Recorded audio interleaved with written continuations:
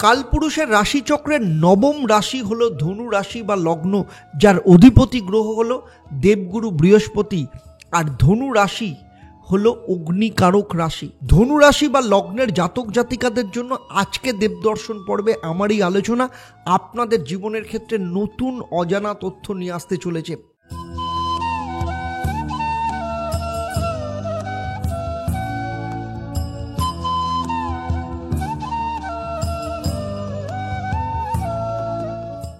নমস্কার, আমি অ্যাস্ট্রো আচার্য দেবদত্ত।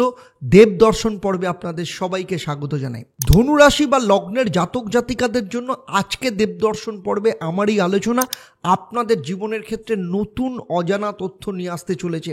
হতে পারে এতদিন পর্যন্ত আপনাদের কাছে অনেকটাই অজানা ছিল, যেমন আপনাদের জন্মের পর থেকে শৈশবকাল, যুবাবস্থা অর্থাৎ যৌবনকাল এবং বৃদ্ধাবস্থা বয়সকাল আপনাদের কেমন কাটে, সেই সাথে আপনাদের প্রেম, বিবাহ, বিবাহিত জীবনী বা কেমন হয়, কীরকম হয় আপনাদের জীবনসাথী অর্থাৎ আপনাদের স্বামী বা স্ত্রী, সেটা নিয়েও আমি আপনাদের সাথে আলোচনা করব। সেই সাথে আপনারা জানতে পারবেন আপনাদের সন্তান ভাগ্য কীরকম হয়, আপনার সন্তান তাদের চারিত্রিক বৈশিষ্ট্য এবং কেরিয়ার, আপনাদের সাথে তাদের সম্পর্কই বা কেমন থাকে, তাও আপনারা আমার এই আলোচনা থেকে জানতে পারবেন। আমার এই আলোচনা আপনাদের রাশি বা লগ্নের উপর ভিত্তি করে, তাই পুরো ভিডিওটা শেষ অবধি খুব মন দিয়ে দেখবেন। কালপুরুষের রাশিচক্রের নবম রাশি হলো ধনু রাশি বা লগ্ন, যার অধিপতি গ্রহ হলো দেবগুরু বৃহস্পতি। আর ধনু রাশি হলো অগ্নিকারক রাশি। প্রথমে যদি আপনার জন্মের পর থেকে শৈশবকালের ওপর যদি ফোকাস করা যায়, তাহলে দেখতে পাওয়া যাবে যেহেতু আপনার রাশির অধিপতি গ্রহ বৃহস্পতি এবং অগ্নিকারক রাশি, তাই ছোটোবেলা থেকেই শুধুমাত্র আপনাদের নয়, বাবা মা, দাদু দিদা, ঠাকুরমা ঠাকুরদা, এমনকি আত্মীয় স্বজন, পাড়া প্রতিবেশী আপনাকে আলাদা করে চিনতে শুরু করে। এমন কিছু বাচ্চা আছে যাদের গলার আওয়াজ শোনা যায় না, বাড়িতে আছে কিনা বোঝা যায় না, প্রচণ্ড শান্ত স্বভাবের হয়, সরল স্বভাবের হয়, অনেক ক্ষেত্রেই বোঝা যায় না যে বাড়িতে কোনো বাচ্চা আছে। কিন্তু ধনু রাশি বা লগ্নের বাচ্চার আওয়াজ এতটাই শক্তিশালী হয় যে ছোটোবেলা থেকে বোঝা যায় যে হ্যাঁ, বাড়িতে কেউ না কেউ আছে, এই রকমই বাচ্চা একটা আছে। তবে এর পাশাপাশি ছোটোবেলা থেকেই এদের মধ্যে একটা উইল পাওয়ার বা ইচ্ছাশক্তি ভীষণভাবে থাকে। শুরু থেকেই এদের মধ্যে কনফিডেন্স প্রচুরভাবে লক্ষ্য করা যায়। ফলে বাবা মা থেকে আরম্ভ করে প্রত্যেকেই বুঝতে পারে যে আগে গিয়ে জীবনে কিছু একটা হবে, কিছু একটা করবে। ছোটবেলা থেকে আপনাদের মধ্যে একটা তেজ দেখতে পাওয়া যায়। ধনু রাশি বা লগ্নের প্রতীক চিহ্ন বা সিম্বল যদি দেখেন, তাহলে দেখা যাবে অর্ধেক ঘোড়া অর্ধেক মানুষ হাতে তীর ধনুক নিয়ে রয়েছে, অত্যন্ত ফোকাসভাবে রয়েছে, অর্থাৎ যোদ্ধা সুলভ মনোভাব তাদের মধ্যে লক্ষ্য করা যায়। মেষ রাশি, সিংহ রাশির মতো এদের মধ্যেও যোদ্ধা সুলভ মনোভাব ছোটোবেলা থেকেই দেখা যায়। তবে নিজেদের মতকে এরা সবসময় চাপিয়ে দেওয়ার চেষ্টা করে, যেমন এরকম নয় ওই রকম চাই। আপনার বাচ্চাকে আপনি একটা কিছু খেতে দিয়েছেন, সেটা নয়, তার অন্য কিছু চাই। আপনি কোনো একটা গিফট দিচ্ছেন, সেটা তার পছন্দ নয়, অন্য কিছু পছন্দ। অর্থাৎ প্রত্যেকটা জিনিসের প্রতি এরা নিজেদের মতকে চাপানোর চেষ্টা করে। নিজেদের মতো ডিজার্ট বা ইচ্ছা এদের প্রথম থেকেই সেট করা শুরু করে দেয়। এরা কোনো কিছুকে এরা কিন্তু সহজে মেনে নেয় না। পরিবারের সবাই যদি এদেরকে মানানোর চেষ্টা করে, অনেক কাকুতি মিনতি করে, তবেই সেক্ষেত্রে তারা কোনো না কোনো ক্ষেত্রে সেটা মেনে নেয়। তবে যত বয়স বাড়ে, যৌবনকালে পৌঁছয়, তত এরা প্র্যাকটিক্যাল হতে শুরু করে। হাতে তীর ধনুক, তাই এরা ভীষণ স্পিরিচুয়াল বা আধ্যাত্মিক মানসিকতার হয়, প্রচণ্ড নীতিপরায়ণ, সৎ, সেই সাথে রাগী প্রকৃতির হয়, প্রচণ্ড পরিশ্রম করতে পারে এরা। সৎ থাকার জন্য অন্যকে সহযোগিতা করা এরা ভীষণ পছন্দ করে। এদের মধ্যে ম্যানেজমেন্ট, মার্কেটিং ভীষণ ভালো হয়। টেকনিক্যাল নলেজের দিকে এরা ভীষণ গ্রো করে, সেই সাথে নিজের পরিবার এবং সমাজকে এরা খুব ভালো করে বুঝতে পারে। এদের যুবা অর্থাৎ যৌবন অবস্থায় স্ট্রাগল একটু বেশি পরিমাণে হয়, কিন্তু এরা পরিশ্রম, স্ট্রাগল কিংবা এফোর্ট দেওয়া থেকে এরা কখনো পালিয়ে যায় না, বরং মোকাবিলা করতে ভীষণ পছন্দ করে। এরা কখনোই এদের ভ্যালুকে নিচে নামতে দেয় না। এদের মধ্যে অহংকার দেখতে পাওয়া যায়, ডমিনেটিং ক্যারেক্টারও এদের মধ্যে দেখতে পাওয়া যায়। এরা সেলফ ডিপেন্ডেন্ট ভীষণভাবে হয়। ধনুরাশি বা লগ্নের জাতক জাতিকারা খুব একটা মিশুকে হয় না, কিন্তু কেউ বন্ধুত্ব করতে চাইলে তারা বন্ধু হিসেবে তাদেরকে গ্রহণ করে। আত্মীয় পরিজনদের সাথে এদের কোথাও না কোথাও একটা বিবাদ প্রথম থেকেই থাকে। ধনুরাশি বা লগ্নের জাতক জাতিকাদের বয়স যত বাড়ে, অর্থাৎ বয়সকাল বা বৃদ্ধাবস্থা, এদের স্বাভাবিক দিক থেকে খুব বড় পরিবর্তন দেখতে পাওয়া যায়। এই সময় এরা এদের অহংকার, এদের রাগকে ত্যাগ করে ভীষণ সরল প্রকৃতির হয়ে পড়ে। সামাজিক কাজকর্মের মধ্যে এরা নিজেদেরকে নিযুক্ত করে এবং ধীরে ধীরে এরা কেরিয়ারকে ত্যাগ করতে শুরু করে। সামাজিক কাজকর্ম, পারিবারিক বিষয়ে এরা অনেক বেশি মনোনিবেশ করে। শরীর স্বাস্থ্যের দিক থেকে লিভারের সমস্যা, হজমের গণ্ডগোল, ডায়াবেটিস, ব্লাড প্রেশারের সমস্যা এদের খুব তাড়াতাড়ি আসে। এদের মধ্যে এই ব্যাপারে কিন্তু প্রথম থেকেই যত্নশীল থাকতে হবে, বিশেষ করে খাওয়া দাওয়ার প্রতি কন্ট্রোল রাখতে হবে।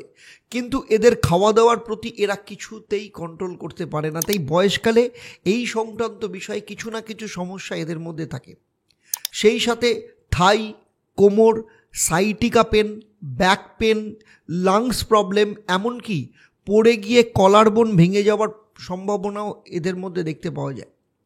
বয়সকালে এরা এদের জ্ঞান বেশি করে দেখাতে শুরু করে, ফলে অনেক মানুষই এই কারণে এদের প্রতি একটু বিরক্ত হয়ে পড়ে।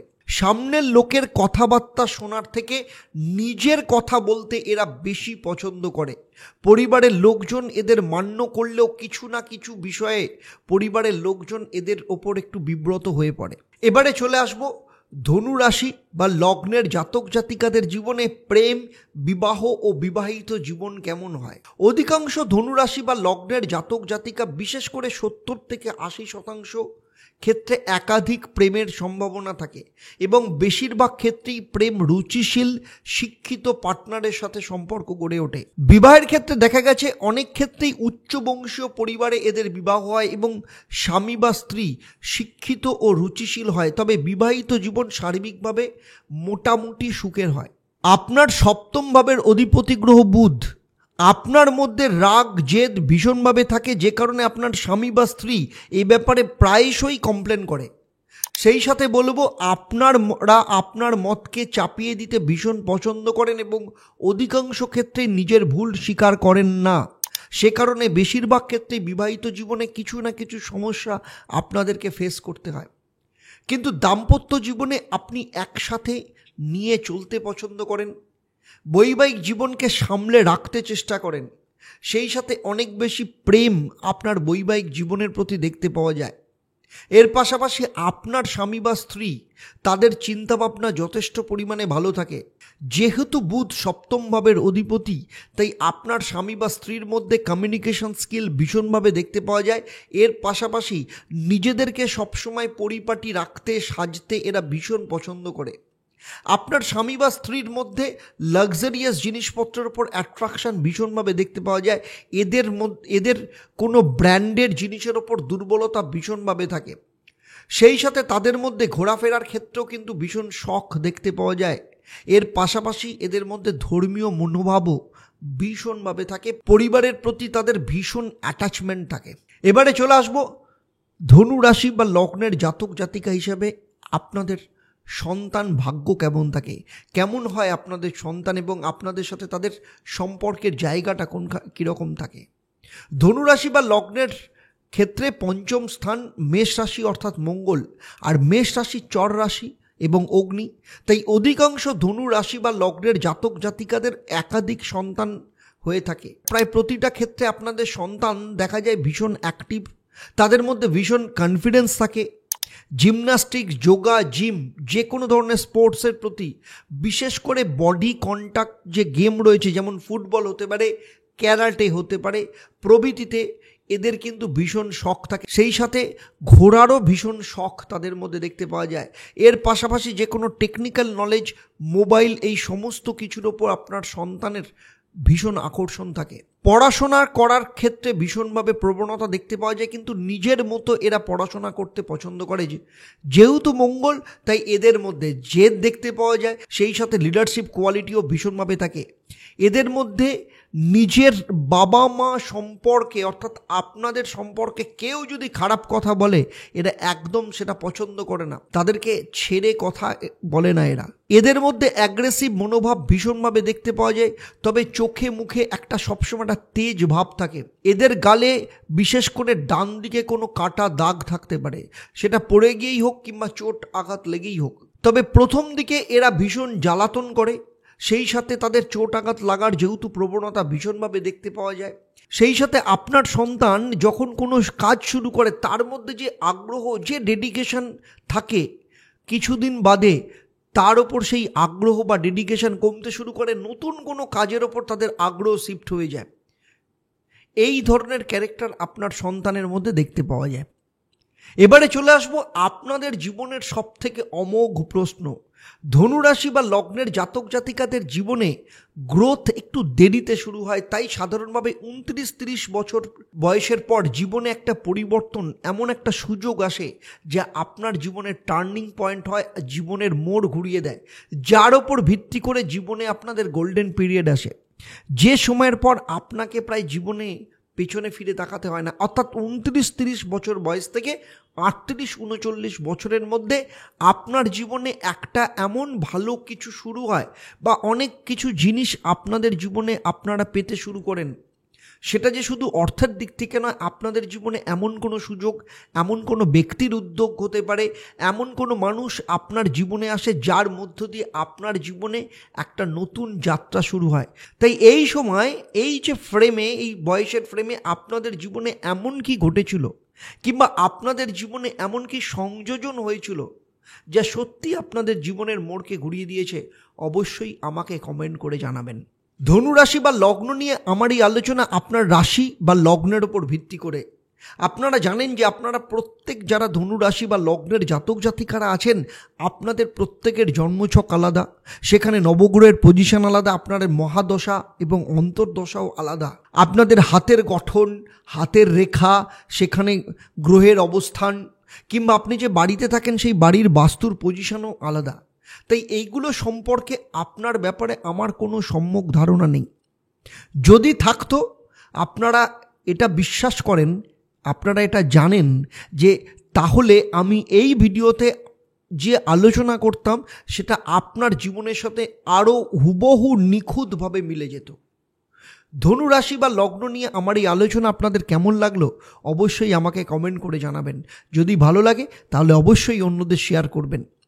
সেই সাথে বলবো, যারা আমার এই ভিডিওটা আমার ইউটিউব চ্যানেলে দেখছেন কিন্তু এখনও পর্যন্ত চ্যানেলটাকে সাবস্ক্রাইব করেননি, তাদের অনুরোধ করব চ্যানেলটাকে সাবস্ক্রাইব করবেন এবং সেই সাথে সাথে নোটিফিকেশান বেল আইকনটাকে প্রেস করে রাখবেন।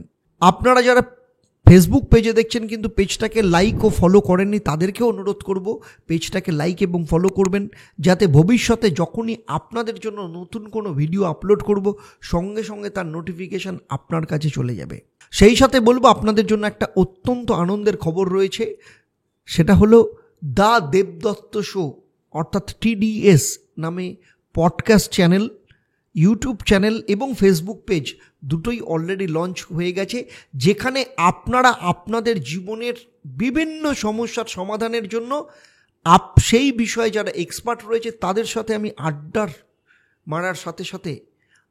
মারার মধ্যে দিয়ে আপনাদের জীবনের বিভিন্ন সমস্যার সমাধান নিয়ে আলোচনা করব, যেখান থেকে আপনারা আরও বেশি করে আপনাদের জীবনের বিভিন্ন বিষয় সম্পর্কে সমৃদ্ধ হবেন। তাই অবশ্যই নিচে ডেসক্রিপশনে গিয়ে দ্য দেবদত্ত শো TDS চ্যানেলটাকে, ইউটিউব চ্যানেলটাকে সাবস্ক্রাইব করবেন এবং ফেসবুক পেজটাকে অবশ্যই লাইক এবং ফলো করবেন। আর একটা গুরুত্বপূর্ণ বিষয় হলো যে এতদিন পর্যন্ত আপনারা জানেন আমি প্রত্যেকটা পর্বের শেষে আপনাদের একটা প্রশ্ন করতাম, আপনারা যারা সঠিক উত্তর দিতেন আপনাদের মধ্য থেকে লাকি ড্রয়ের মাধ্যমে আমি 3 জন সঠিক উত্তরদাতাকে বেছে নিতাম এবং বেছে নিয়ে আপনাদের কিংবা আপনাদের পরিবারের কোনো একজন সদস্যের জন্মছক ও তার সমস্যা নিয়ে আমি আলোচনা করতাম। কিন্তু সমস্যাটা হচ্ছে অধিকাংশ ক্ষেত্রেই আপনাদের সাথে আমরা ঠিক সময় কমিউনিকেট করতে পারি না, যারা আপনারা লাকি ড্র বিজেতা হন।